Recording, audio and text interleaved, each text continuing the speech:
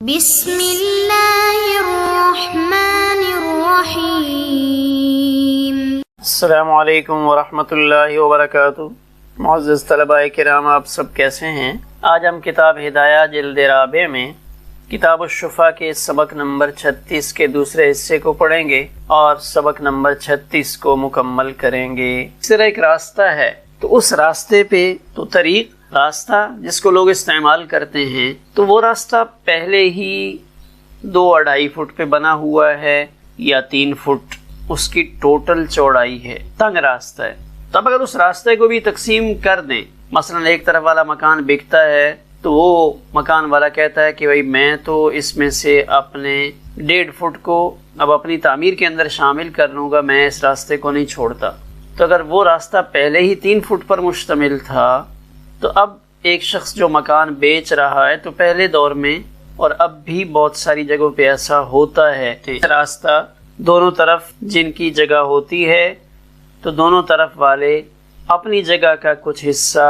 چھوڑتے ہیں تاکہ راستہ بنایا جا سکے۔ تو اگر وہ گلی پہلے ہی تنگ ہے اور ایک فریق اس میں سے اپنا حصہ بیچتا ہے، مکان بیچتا ہے، تو مکان کے ساتھ وہ اس گلی میں جو اس کا 1.5 فٹ 2 فٹ بنتا ہے وہ بھی بیچ ڈالتا ہے، یا تھوڑی سی کھلی گلی تھی 8 فٹ گلی کہہ لیں، تو اس میں سے وہ اپنے 4 فٹ کو بیچ ڈالتا ہے۔ تو اب پہلے گلی 8 فٹ تھی جس کے اندر سے گاڑی آسانی سے گزر سکتی تھی، لیکن اب خریدنے والا شخص کہتا ہے کہ نہیں، میں تو اپنی گلی اس طرف سے نہیں چھوڑتا، میں تو مزید یہ 4 فٹ بھی اپنی تعمیر میں شامل کرتا ہوں، تو اس سے اس کی منفعت ختم ہو جائے گی۔ اگرچہ موجودہ دور میں کھلی گلیوں کا رواج عام ہے،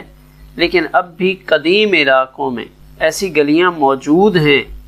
جہاں 2 آدمی پیدل گزر رہے ہوں تو ان کا گزرنا دشوار ہے، یعنی آپ کہہ لیں کہ وہ گلی 3 فٹ یا 2.5 فٹ پہ مشتمل ہوگی، تو ایسی گلیوں میں سے فرد واحد ہی آسانی سے گزر سکتا ہے۔ تو وہاں اس مسئلے کو آسانی سے سمجھا جا سکتا ہے۔ جو قدیم آبادیاں ہیں پاکستان انڈیا میں، مثلا لاہور کے اندر ہے، یا پنجاب کے اور مختلف شہروں میں ہڈالی ایک شہر ہے، تو وہاں اتنی چھوٹی چھوٹی گلیاں ہیں جہاں پیدل گزرنے والوں کا کراس کرنا ذرا دشوار معاملہ ہے، سائیکل یا موٹر سائیکل تو مزید مشکل ہے۔ تو امام شافعی رحمہ اللہ فرماتے ہیں غیر مقسوم چیزیں تو ان کے اندر شفا نہیں ہے، اس لیے کہ ان کی منفعت متاثر ہو جاتی ہے، تو انہوں نے شفا کا سبب قرار دیا تھا تقسیم کی مشقت سے بچنا۔ وَهَذَا لَا يَتَحَقَّقُ فِي مَا لَا يُقْسَمُ، اور یہ تقسیم کی مشقت غیر مقسوم چیزوں میں متحقق نہیں ہو سکتی، یعنی وہاں سبب نہیں پایا جا سکتا، تو جہاں سبب نہیں ہوگا وہاں حق شفا بھی نہیں ہوگا۔ وَلَنَا، ہماری دلیل یعنی احناف کی دلیل نقلی، نبی کریم صلی اللہ علیہ وسلم کے یہ فرمان الشفعۃ فی کل شیء عقار او ربع الی غیر ذلک من العمومات، کہ شفع ہر چیز میں ہے، چاہے وہ زمین ہو او ربع، ربع سے مراد وہ مکان ہو۔ تو اس حدیث میں اور اس کے علاوہ کتاب الشفا میں شفا سے متعلق جتنی احادیث مبارکہ گزری ہیں ان سب میں مطلق شفا کو ثابت کیا گیا ہے، وہاں ایسی قید نظر نہیں آتی جس سے یہ سمجھا جا سکے کہ وہ چیزیں قابل تقسیم ہوں یا نہ ہوں۔ ایسا فرق احادیث مبارکہ میں ذکر کیا گیا ہو تو احناف یہ گزارش کرتے ہیں یا عرض کرتے ہیں کہ احادیث مبارکہ میں شفا کا ثبوت مطلق ہے، مقید نہیں ہے۔ یہ حدیث مبارکہ، اس میں 3 احادیث مبارکہ ان کا مجموعہ شامل ہے، یعنی ایک حدیث مبارکہ نہیں ہے۔ اس میں پہلا جملہ الشفاۃ فی کل شیء یہ الگ حدیث مبارکہ ہے، عقار ایک دوسری حدیث مبارکہ کا حصہ ہے، اور ربع تیسری حدیث مبارکہ کا حصہ ہے۔ آئیے دیکھتے ہیں، صاحب ہدایہ نے جو حدیث پاک نقل فرمائی ہے وہ ان 3 احادیث میں پھیلی ہوئی ہے۔ پہلی بیہقی کی حدیث ہے، عن ابن عباس رضی اللہ تعالی عنہما عن النبی صلی اللہ علیہ وسلم قال الشریک شفیع والشفعۃ فی کل شیء، تو الشفعۃ فی کل شیء یہ حصہ اس حدیث مبارکہ سے لیا۔ دوسری حدیث مسلم شریف اور ابو داؤد شریف میں موجود ہے۔ عن جابر رضی اللہ تعالی عنہ قضا رسول اللہ صلی اللہ علیہ وسلم بالشفعۃ فی کل شرکۃ لم تقسم ربعۃ او حائط، اس میں ربع کا لفظ آیا۔ اور تیسری حدیث مبارکہ جو بیہقی میں منقول ہے، حضرت ابو ہریرہ رضی اللہ تعالی عنہ نقل کرتے ہیں رسول اللہ صلی اللہ علیہ وسلم نے ارشاد فرمایا لا شفعۃ الا فی دار او عقار، تو عقار کا لفظ اس حدیث مبارکہ سے لیا گیا۔ تو گویا کہ یہ حدیث 3 احادیث مبارکہ کا مجموعہ ہے۔ یہاں سے احناف کی عقلی دلیل کو ذکر کر رہے ہیں، وَلِأَنَّ الشُّفْعَةَ سَبَبُهَا الْاِتِّصَالُ فِي الْمِلْكِ، اس لیے کہ شفعہ کا سبب احناف کے نزدیک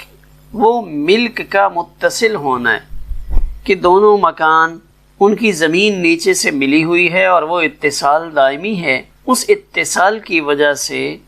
شفیع کو حق شفعہ ملتا ہے۔ تو یہ احناف کے نزدیک علت کہہ لیا جائے کہ احناف اس کو علت قرار دیتے ہیں۔ ایک ہے علت کہ شفعہ کا سبب اتصال فی الملک ہے، اور دوسری چیز احناف اس شفعہ کے معاملے میں حکمت ذکر کرتے ہیں کہ شفعہ کیوں مشروع کیا گیا، شفعہ کی سہولت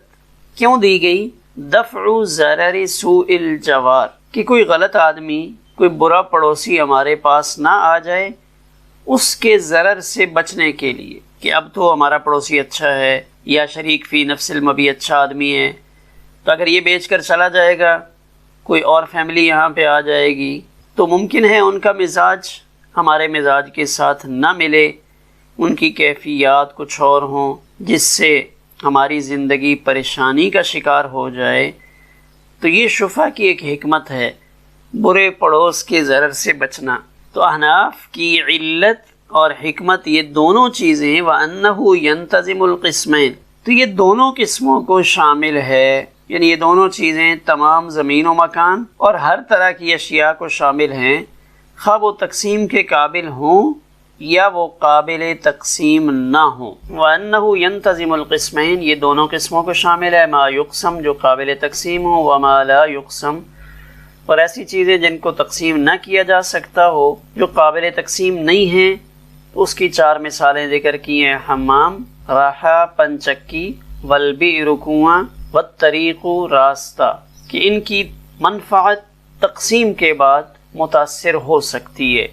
اس لیے عمومی طور پہ ان کو تقسیم نہیں کیا جاتا، لیکن احناف حق شفعہ کو دونوں میں ثابت کرتے ہیں، چاہے وہ قابل تقسیم ہیں چاہے وہ قابل تقسیم نہیں ہیں۔ تو یہاں ان 4 چیزوں سے مراد اتنی چھوٹی چیزیں، حمام سے مراد چھوٹا حمام کہ اگر اس کو 2 حصوں میں تقسیم کر دیں گے تو پھر اس میں پانی کی سپلائی یا لوگوں کا بیٹھنا مشکل ہو جائے گا۔ اسی طرح پنچکی، اس کی جگہ بہت تھوڑی ہے، بیر کنواں بہت تنگ منہ والا ہے، طریق راستہ بہت تنگ ہے۔ لیکن اگر یہی 4 چیزیں بڑے سائز میں ہوں، ان کی جگہ رقبہ بڑا ہو، حمام بڑا سارا ہو کہ اگر اس کو 2 حصوں میں بھی تقسیم کر دیں تو اس سے بھی نفع اٹھانا ممکن ہو، تو یہ چکی، اس چکی سے متصل جو گھر ہے وہ بھی بڑا ہے، اس کو 2 حصوں میں تقسیم کر دیا جائے تو اس سے بھی نفع اٹھانا ممکن ہے، تو پھر امام شافعی رحمہ اللہ کے قول کے مطابق بھی اس میں شفعہ صحیح ہو جائے گا۔ لیکن چونکہ اکثر یہ چیزیں ایسی ہی ہوتی ہیں کہ قابل تقسیم نہیں ہوتی، تو اصح قول کے مطابق ان میں شفعہ امام شافعی رحمہ اللہ کے نزدیک ثابت نہیں ہوتا۔ آئیے سبق کے آخر میں ہم اس باب کے خلاصے پر ایک نظر ڈالتے ہیں کہ اس باب میں بنیادی طور پہ 6 چیزوں کی تفصیل ذکر کی جا رہی ہے جو شفعہ کے لیے شرط کا درجہ رکھتی ہیں کہ یہ 6 چیزیں پائی جائیں تب حق شفعہ ہوگا، ان 6 میں سے اگر ایک بھی نہیں پائی جائے گی تو شفیع کو حق شفعہ حاصل نہیں ہوگا۔ تو شفعہ کے لیے 6 چیزیں شرط ہیں۔ پہلی شرط یہ ہے کہ وہ غیر منقول ہو، منقولہ جائیداد میں منقولہ چیزوں کے اندر شفعہ نہیں ہو سکتا۔ دوسری شرط یہ ہے کہ وہ عین مملوک بنے، نہ کہ منفعت۔ اگر اس کی منفعت کو فروخت کیا جا رہا ہے یا ٹھیکے پہ دیا جا رہا ہے تو وہاں حق شفعہ نہیں ہوگا۔ حق شفعہ ثابت ہونے کے لیے اس عین کا دوسری ملکیت میں جانا شرط ہے۔ تیسری شرط یہ ہے کہ عوض سے مالک بناؤ، جس جگہ پہ حق شفا کا دعویٰ کیا جا رہا ہے اس جگہ کا عوض ہو، وہ جگہ مفت میں کسی کو نہ دی گئی ہو، ہبہ نہ ہو، ہدیہ نہ ہو، عطیہ نہ ہو۔ پھر دوسری طرف سے جو عوض مل رہا ہے وہ عوض مال بھی ہو، وہ بدلے صلح یا بطور مہر وہ پلاٹ، زمین، مکان نہ دیا جا رہا ہو۔ پھر وہ مبادلہ مالیہ اصالتاً ہو۔ پانچویں شرط یہ ہے کہ اصلاً وہاں وہ مال مقصود ہو، عارضی طور پہ نہ ہو، وقتی طور پہ نہ ہو، یا اس کے پیچھے کچھ اور فوائد چھپے ہوئے ہوں، ایسا نہیں ہے۔ مبادلہ مالیہ اصالتاً پایا جائے کہ یہ ادھر سے زمین دے، اس طرف سے جو اس کو دیا جا رہا ہے وہ مال ہو، اور وہ مال اصالتاً دیا جائے۔ ایسا نہ ہو کہ فی الوقت آپ یہ مال پکڑ لو، پھر تھوڑی دیر کے بعد میں آپ کو اپنی دکان خالی کر کے دے دوں گا تو آپ اس سے نفع اٹھا لینا۔ اور چھٹی شرط یہ ہے کہ یہ تملیک عقد فاسد سے نہ ہو۔ بظاہر تو تملیک ہے لیکن یہ عقد فاسد نہ ہو، اس لیے کہ عقد فاسد کو تو ختم کرنا ضروری ہوتا ہے۔ تو جب عقد فاسد ایک ایسی چیز ہے جس کو ختم کرنا ضروری ہے تو اس سے شفا جو ایک مضبوط ملکیت ہے وہ کیسے ثابت ہوگی؟ تو یہ 6 چیزیں فقہائے کرام نے شفا کے لیے شرط قرار دی ہیں کہ غیر منقول ہو، عین مملوک بنے نہ کہ منفعت، عوض سے مالک بنا ہو، پھر وہ عوض مال بھی ہو، اور یہاں مبادلہ مالیہ اصالتاً ہو، تملیک عقد فاسد سے نہ ہو۔ انہی 6 چیزوں کی تفصیل آگے ہمارے دیگر اسباق کے اندر آ رہی ہے۔ ہمارا آج کا سبق اسی پر مکمل ہوا۔